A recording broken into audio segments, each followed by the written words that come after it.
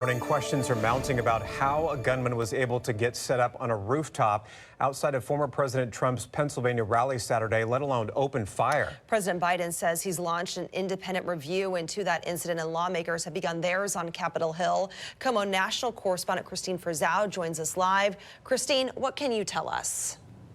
Well, I can tell you that the House Oversight Committee just sent a letter summoning the head of Secret Service, Director Kim Cheadle, to testify before the committee 1 week from today. And this morning, we've actually heard from her for the first time. She says she will participate fully with an independent review and will work with the appropriate congressional committees as well. There does seem to be some disagreement, though, this morning about Secret Service resources. Florida Congressman Mike Walz claimed that Homeland Security Secretary Alejandro Mayorkas denied repeated requests by the Trump team to increase Secret Service protection. It's a claim that the Secret Service says is unequivocally false. The agency also saying they'll be adaptable with security at the Republican National Convention and will increase Mr. Trump's personal security detail between now and November.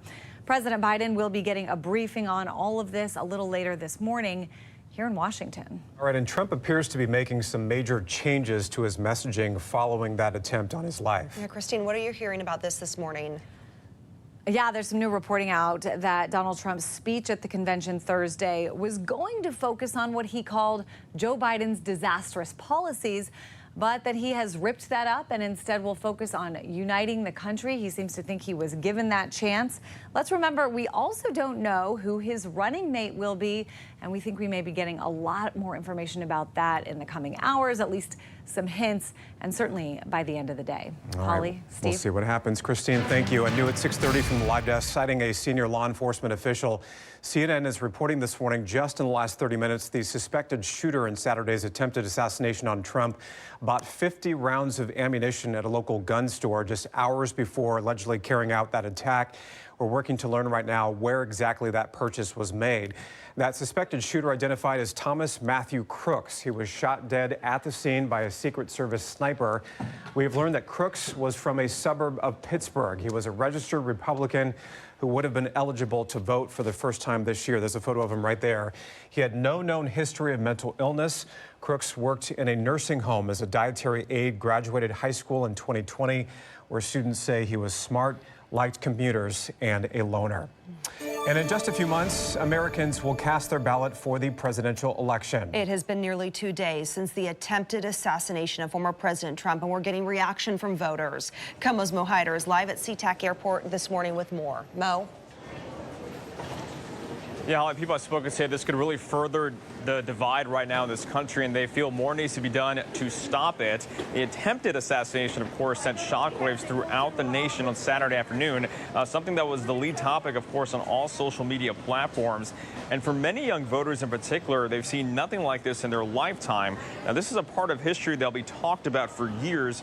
We did speak to one voter who said he was in the Marine Corps during the attempted assassination of former President Ronald Reagan in 1981. He feels after what happened this weekend, there needs to be more dialogue about security and also gun control. Well, I think we ought to be screening our guns a little better, locking them up a little better.